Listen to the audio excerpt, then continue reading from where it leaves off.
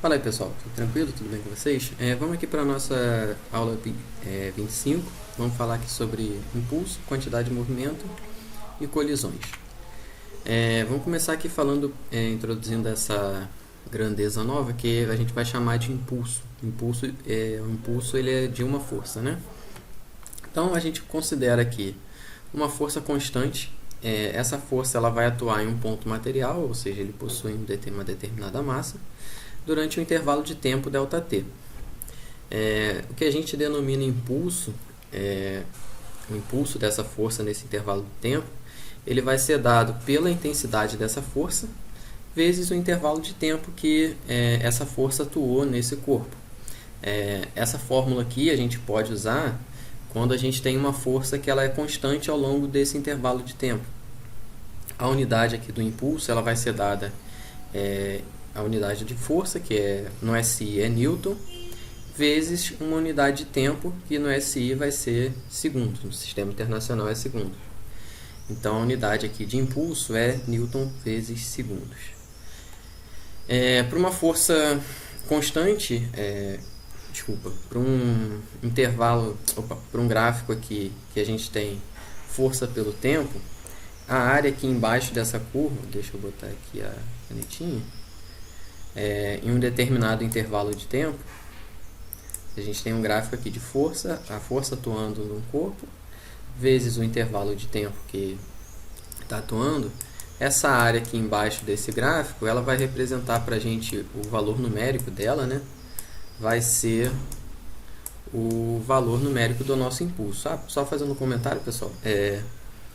O impulso ele é uma grandeza vetorial e esse vetor impulso ele vai ter a mesma direção e o mesmo sentido da força. Por quê? Eu já falei com vocês, quando a gente tem um número, uma grandeza escalar, um número qualquer aqui, que o intervalo de tempo ele é um número, né? Sempre positivo, porque a gente está sempre trabalhando com o momento final menos o momento inicial. Como ele é um valor positivo multiplicando um vetor, esse vetor ele não vai alterar nem a sua direção e nem o seu sentido. Então o impulso ele vai ter sempre a mesma direção e sentido da força, e a intensidade aqui vai depender do tamanho desse intervalo de tempo.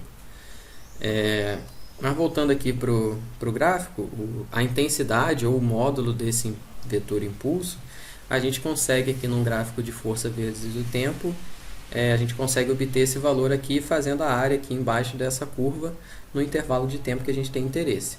Isso vale tanto para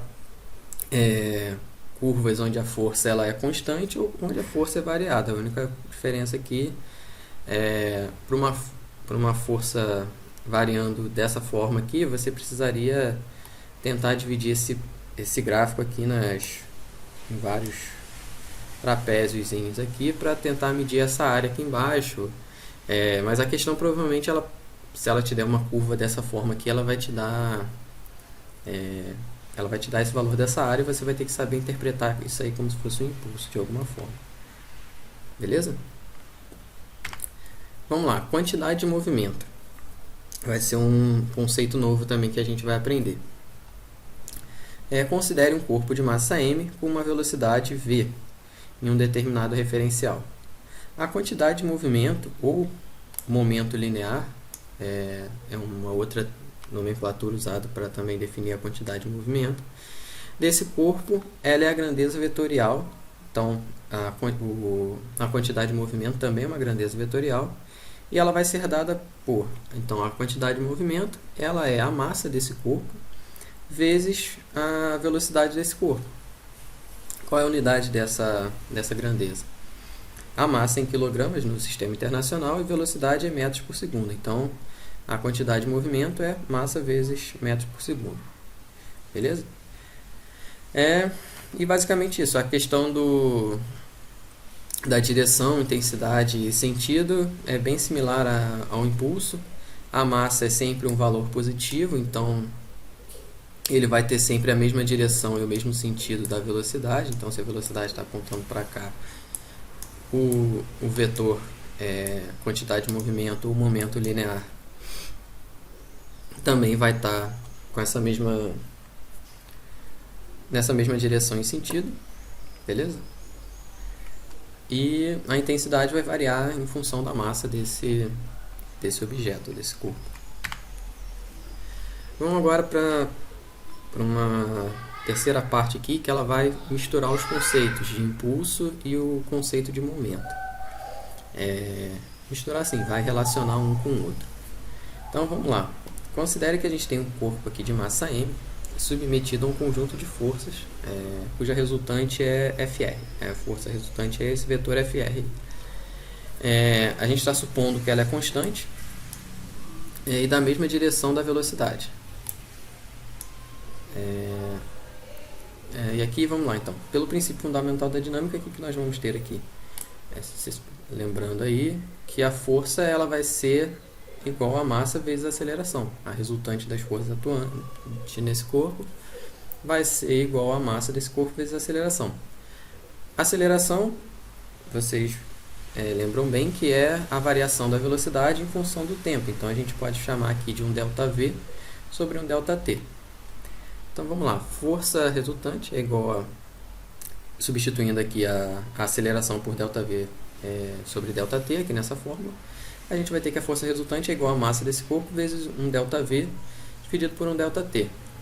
Esse ΔT a gente passa lá para aquele lado de lá, e a gente vai ter aqui que a força resultante vezes um ΔT vai ser igual a quem? A uma massa, a massa do corpo, e quem é o nosso ΔV? Seria a velocidade final menos a velocidade inicial desse corpo, beleza? Se a gente olhar para isso aqui, que na verdade aqui eu só coloquei a massa que estava em evidência, essa fórmula aqui ela só faz a multiplicação aqui por cada termo aqui dentro do parêntese. Então a gente tem aqui do lado esquerdo da equação a força resultante vezes um intervalo de tempo, e desse lado aqui a gente tem uma massa vezes a velocidade final menos uma massa vezes a velocidade inicial. A gente acabou de ver que esse termo aqui ele é um impulso. A gente acabou de definir uma força resultante que atua num corpo vezes o intervalo de tempo que essa força atuou. A gente definiu isso aí ainda há pouco como impulso. E a gente definiu também que a massa de um corpo vezes a velocidade desse corpo, ela é o que a gente chama de momento linear ou quantidade de movimento desse corpo. Então, a gente pode, dessa forma aqui, dizer que um impulso feito por uma força, executado por uma força, ela vai ser dada pela diferença entre a quantidade de movimento desse corpo, entre a quantidade de movimento no final desse intervalo de tempo, menos a quantidade de movimento que esse corpo tinha no início do movimento. Beleza? Ficou claro isso aqui? Então, aqui só dizendo, que eu acabei de falar, o impulso de uma força resultante no intervalo de tempo é igual à variação da quantidade de movimento ou do momento linear do corpo no mesmo intervalo de tempo. Beleza? Pessoal, outro tópico aqui importante da aula é a conservação da quantidade de movimento. Essa conservação da quantidade de movimento, ela vai se dar sempre que a gente tiver um sistema de corpos, e esse sistema de corpos ele tiver, que a gente chama de isolado de forças externas. Por que se a gente tem um sistema de corpos que ele é isolado de forças externas, a gente vai ter essa conservação de movimento? Pelo seguinte, se esse sistema é isolado, a resultante dessas forças externas que atuam nesse sistema, ela vai ser nula. Se essa resultante de forças que atuam nesse sistema que a gente está considerando é nula, o impulso dessas forças também vai ser nulo. Certo?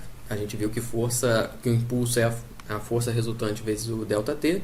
Se essa força resultante é zero, zero vezes o ΔT vai ser zero, então o nosso impulso vai ser zero.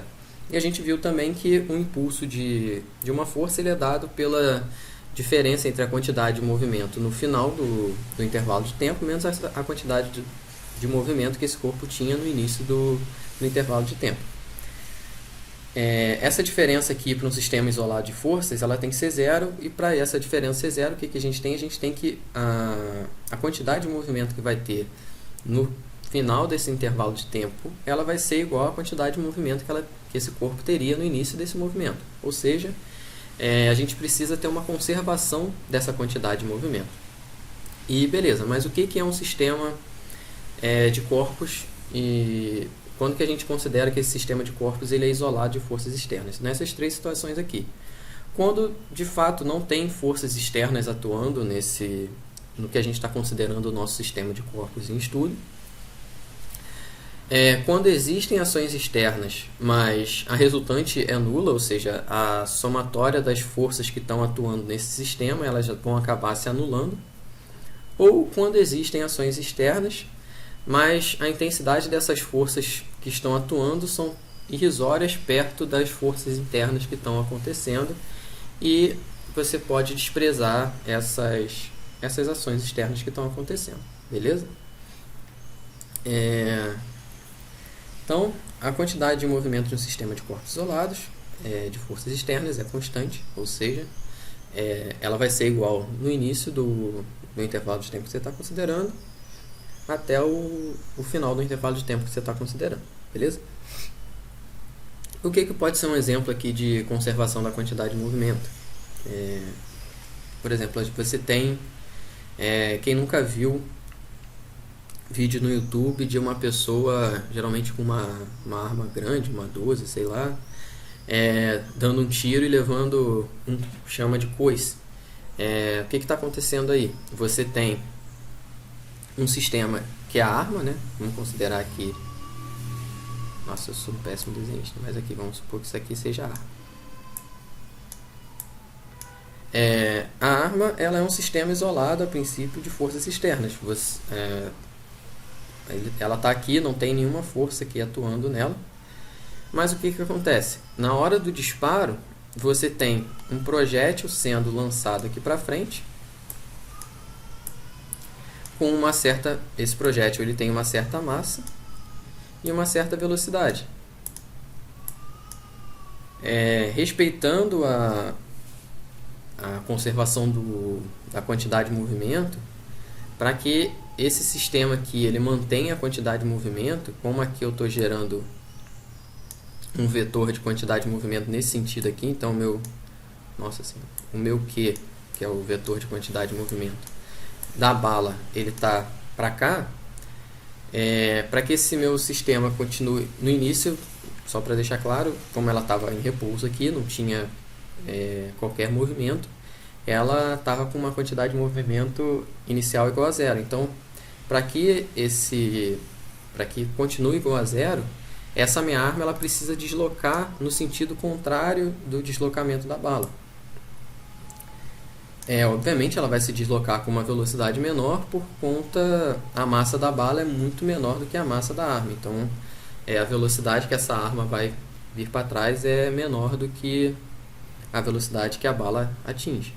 Beleza? Mas aqui a gente vai ter uma massa, a massa da arma vezes a velocidade. Por isso que quanto maior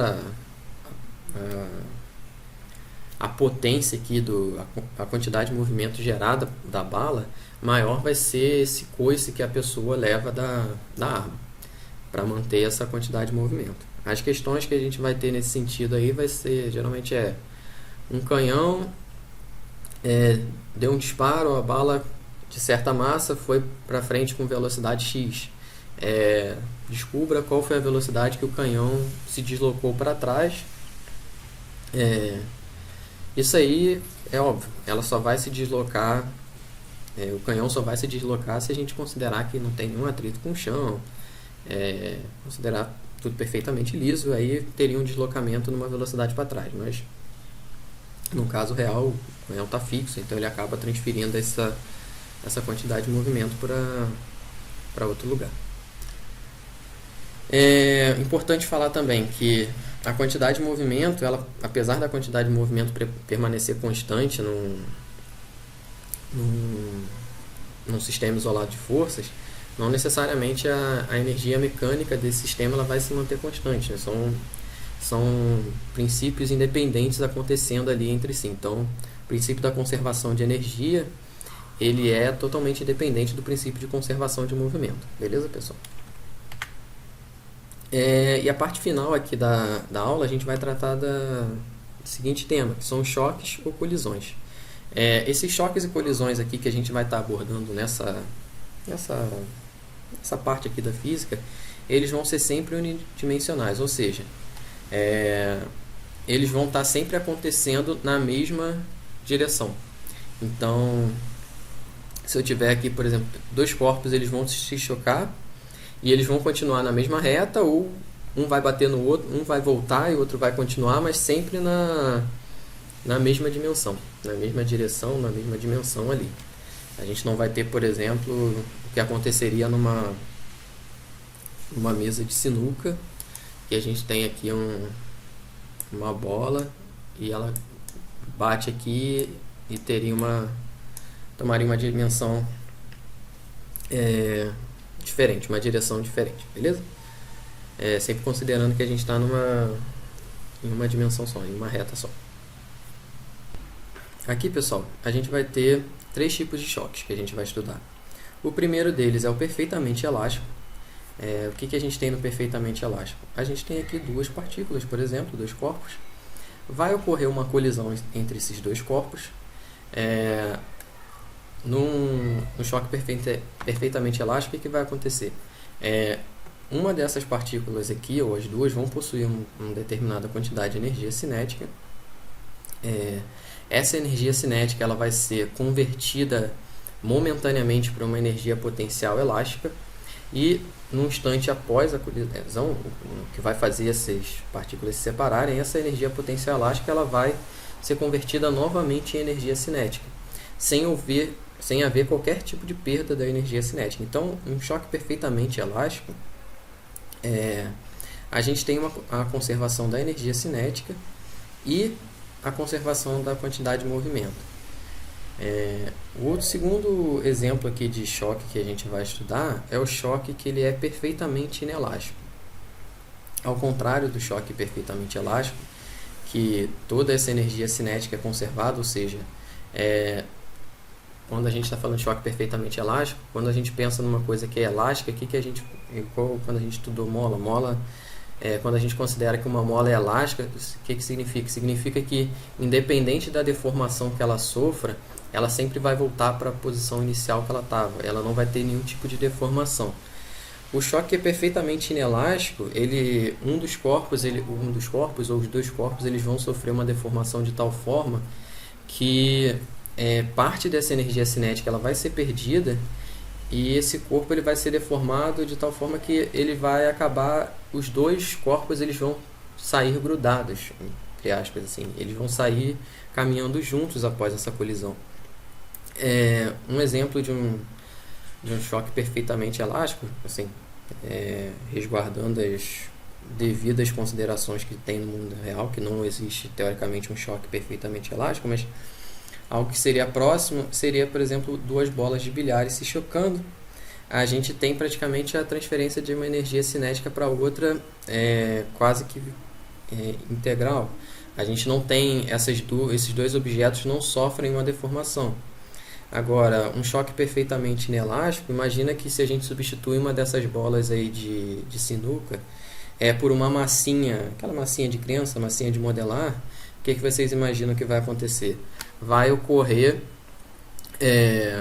um choque, a bola de sinuca ela não vai se deformar, mas a massinha de modelar ela vai se deformar de tal forma que é bem provável que ela grude nessa bola de sinuca, fazendo que as duas elas saiam grudadas. Então,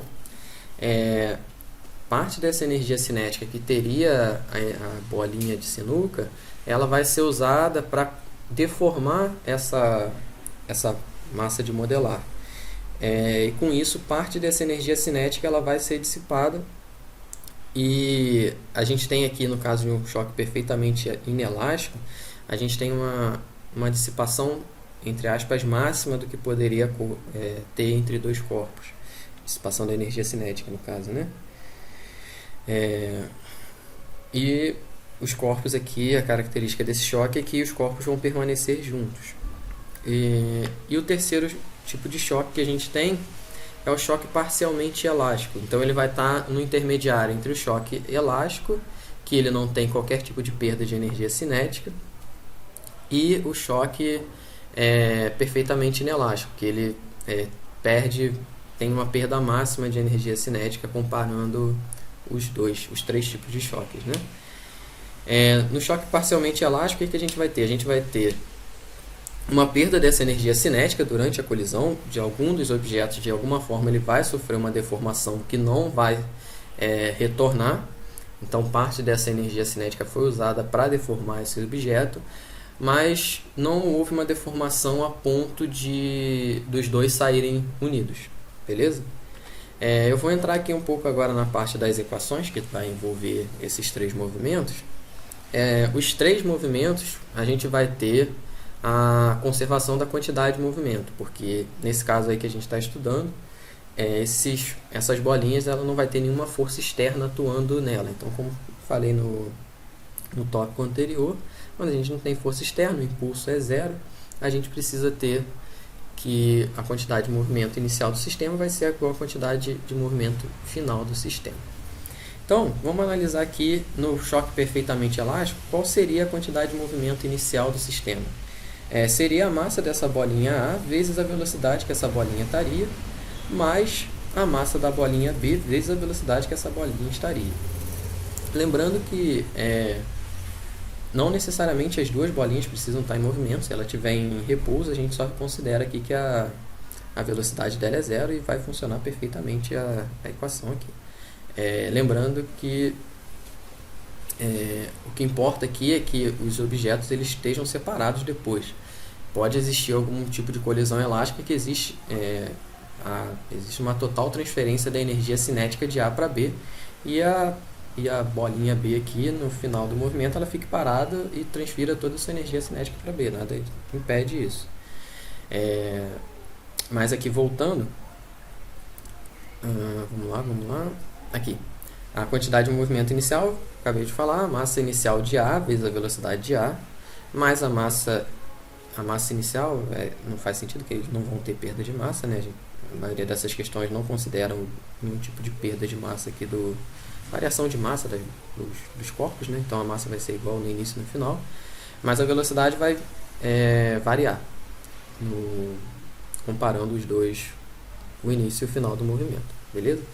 Então, massa de A vezes a velocidade inicial de A, mais massa de B vezes a velocidade inicial de B vai ter que ser igual a massa de A vezes a velocidade final de A, mais a massa de B vezes a velocidade final de B. Já para a energia cinética, no perfeitamente elástico, ela também se conserva. Então, a gente vai ter o seguinte aqui, a massa de A, ela vai ser, a massa de A vezes a velocidade inicial de A ao quadrado, aqui nessa fórmula aqui dividido por 2, todos esses termos aqui, nós podemos, como tudo vai estar dividido por 2, a gente pode multiplicar os dois lados por 2 aqui e simplesmente sumir com esse 2 aqui dividido, beleza? Então, para essa fórmula aqui, a gente não tem necessidade de botar o 2 aqui, mas lembrando que a energia cinética é a massa vezes a velocidade ao quadrado sobre 2, tá, pessoal? Então, a energia cinética inicial vai ser a massa de A vezes a velocidade do A inicial ao quadrado, mais a massa de B vezes a velocidade de B inicial ao quadrado. Vai ser igual a soma da massa de A vezes a velocidade de A final ao quadrado, mais a massa de B vezes a velocidade de B final ao quadrado. Show? Já nos perfeitamente inelásticos, a quantidade de movimento ela vai ser conservada. E a gente vai ter o seguinte sistema, a seguinte equação, na verdade. A massa de A vezes a velocidade inicial de A, mais a massa de B vezes a velocidade inicial de B. O primeiro termo aqui continua igual ao do perfeitamente elástico. A diferença vai estar aqui no segundo termo, porque os dois corpos vão estar unidos e eles vão possuir uma única velocidade, obviamente. E essa única velocidade vai ser dada pela massa desse corpo, que agora a gente está tratando como se fosse um corpo único. Então, a massa dele vai ser a massa do corpo A mais a massa do corpo B, vezes a velocidade que esse corpo adquiriu no final das contas. E, para a energia cinética, a gente não sabe exatamente qual foi a perda de energia cinética. A gente só consegue saber que a energia cinética inicial ela era maior que a energia cinética final. De certa forma, a gente pode escrever que a energia cinética inicial ela vai ser igual à energia cinética final, mais um tanto de energia que foi dissipado. Aqui só tem um erro, gente, porque eu copiei a fórmula de cima na fórmula de cima, os dois eles poderiam se anular, mas nessa aqui de baixo não. Então aqui, como a gente tem um outro termo aqui que não está dividido por 2, esse 2 aqui eu tenho que manter. Então, a equação ficaria, para a energia cinética, seria da seguinte forma. A massa de A vezes a velocidade de A ao quadrado dividido por 2, mais a massa de B vezes a velocidade de B ao quadrado dividido por 2, ela vai ser igual ao quê? A massa do corpo aqui unido, MA mais MB, vezes a velocidade dele ao quadrado dividido por 2, mais uma energia aqui que se dissipou no momento da colisão. Tranquilo? E no terceiro caso aqui, a gente vai ter também a quantidade de movimento conservado. A primeira parte aqui vai ser igual aqui para esses três casos aqui que a gente viu. E aqui na parte final, como os dois ele teve uma separação, vai ser igual a gente tem que considerar os dois corpos separados aqui. Então é massa de A vezes a velocidade final de A mais a massa de B vezes a velocidade final de B. É bem tranquilo. Lembrando que quantidade de movimento a gente sempre considera o sistema todo. Se tivesse mais de duas bolinhas, a gente só simplesmente tivesse uma terceira bolinha aqui no meio, uma terceira bolinha aqui, outra terceira bolinha aqui, era só colocar o termo aqui da terceira bolinha, a massa da bolinha C, se fosse o caso aqui, vezes a velocidade da bolinha C inicial, mais vai ser igual aqui a massa da bolinha C final, vezes a massa da bolinha C vezes a velocidade final de C. Isso aqui vale para todos os três choques, beleza, pessoal? Só que eu estou considerando aqui para dois corpos, mas se tiver mais de dois, também dá para fazer.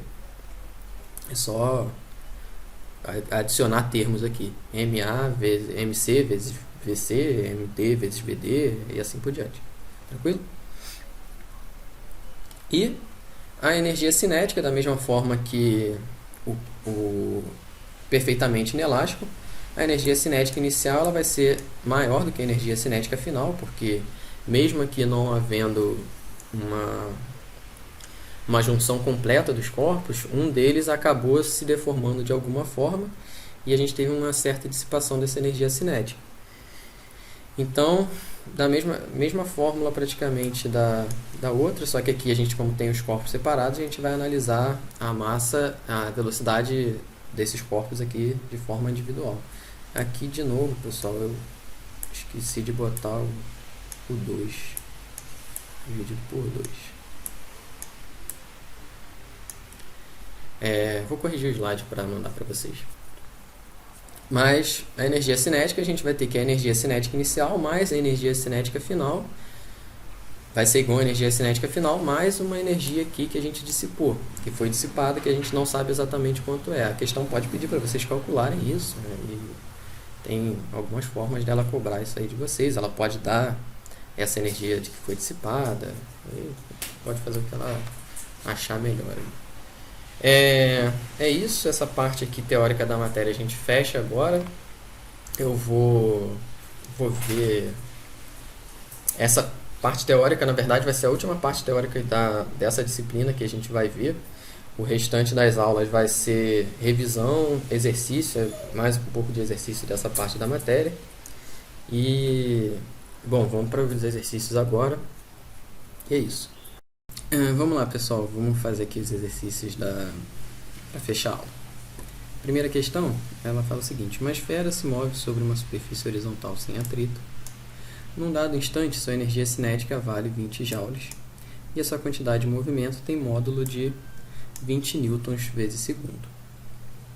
Nessas condições, é correto afirmar que aí a questão ela dá algumas opções para a gente. A velocidade dela vale 1 metro por segundo, a velocidade vale 5 metros por segundo, a velocidade vale 10 metros por segundo, a massa da partícula é de 1 kg e, por último, a massa da partícula é de 10 kg. Aqui eu coloquei essa observação, eu vou ilustrar aqui as unidades só para mostrar para vocês que quando a gente faz tudo aqui no sistema internacional, por mais que não, às vezes não esteja tão explícito, se vocês fizerem tudo no sistema internacional, converter todas essas unidades para quilo, metro, segundo, vai dar certo no final das contas, beleza?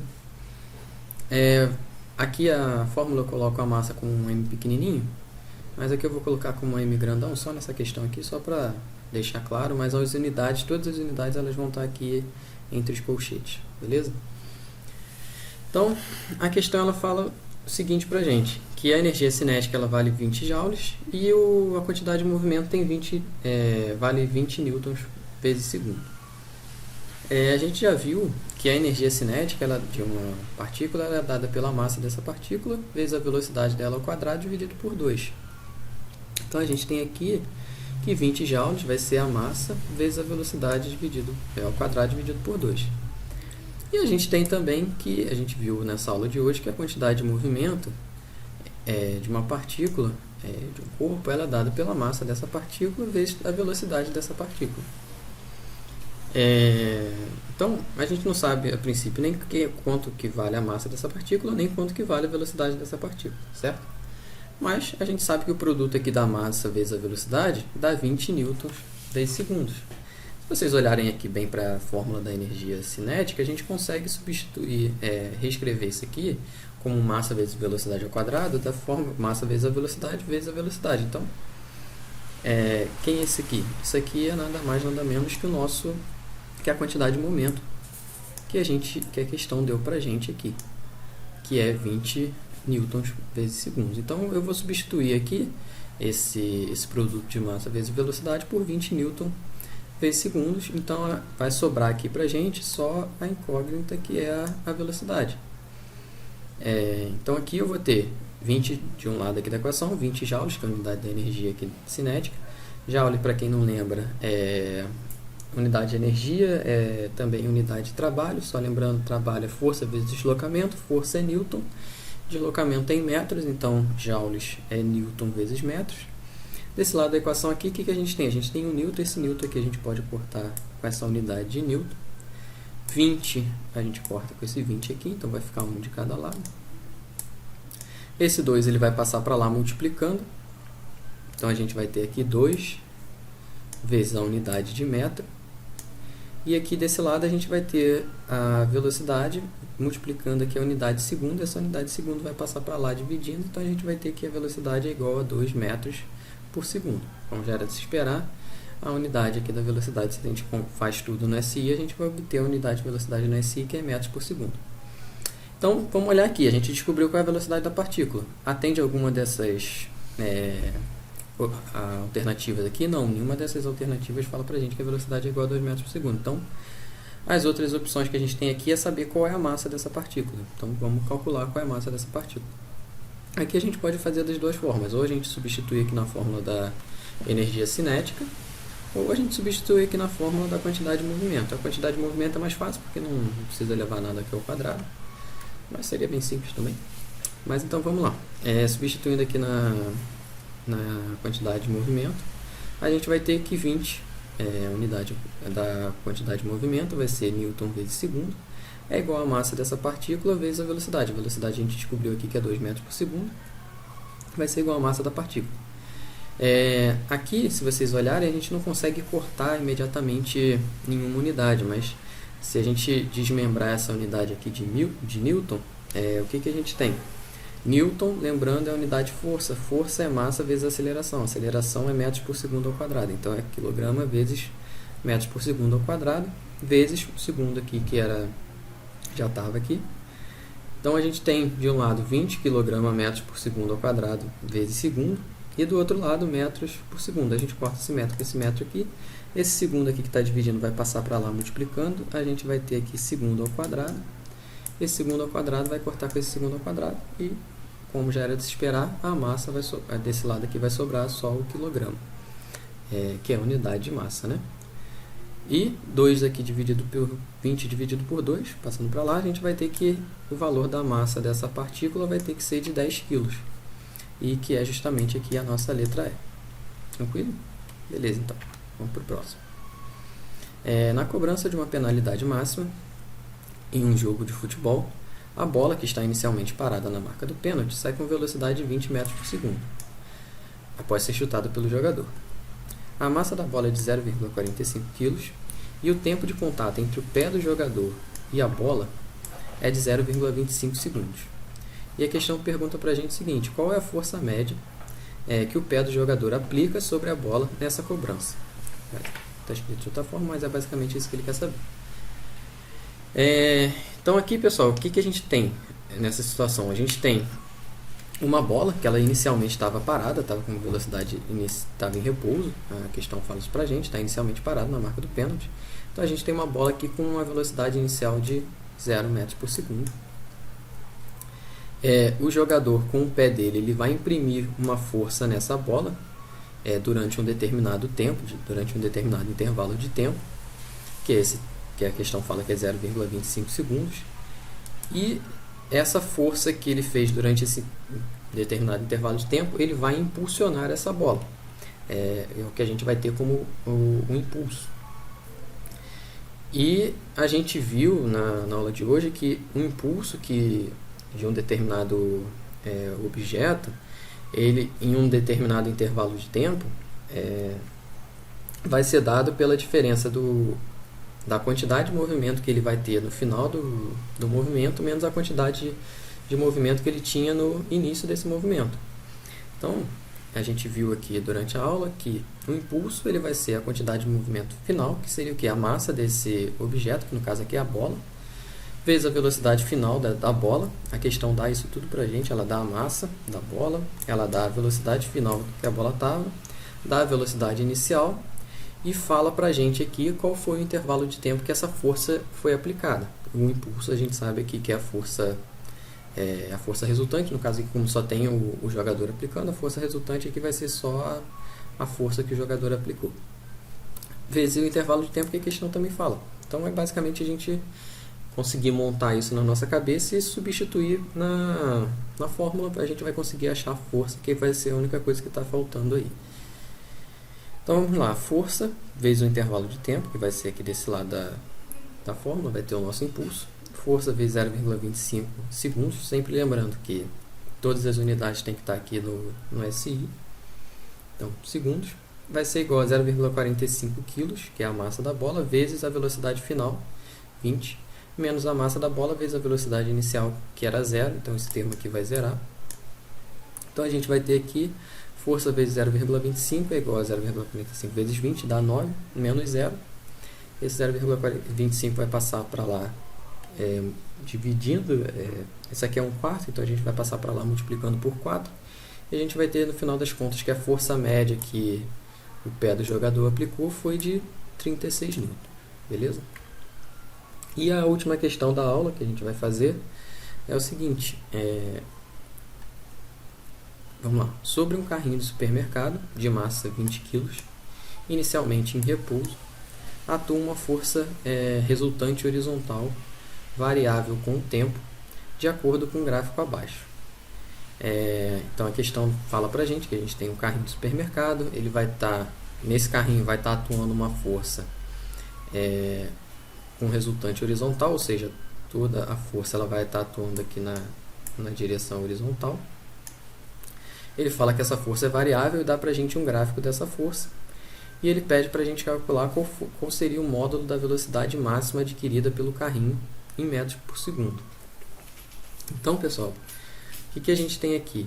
A gente tem uma força sendo aplicada no carrinho, certo? Então, durante esse intervalo de tempo aqui, essa força estava sendo aplicada. Então, durante esses 20 segundos aqui, a gente estava impulsionando o carrinho de alguma forma. Essa força estava impulsionando o carrinho. Então, o que a gente tem é esse gráfico aqui. E eu já falei no início da aula para vocês que quando a gente tem um gráfico aqui de força, em função do tempo, a área embaixo desse gráfico aqui, ela vai dar para a gente o valor do impulso que essa força aplicou nesse determinado intervalo de tempo. No caso, o módulo desse impulso, desse vetor impulso, vai ser dado por essa área aqui. Então, a gente calculando o impulso, a gente viu também que o impulso ele é a diferença da variação do momento o momento linear final menos o momento linear inicial, ou a quantidade de movimento final menos a quantidade de movimento inicial. E a gente calculando essa área aqui, a base desse triângulo aqui é 20 segundos, no caso, né? Vezes a altura é 50, dividido por 2, a gente vai ter aqui que o impulso que foi aplicado nesse carrinho foi de 500 Newton vezes segundos.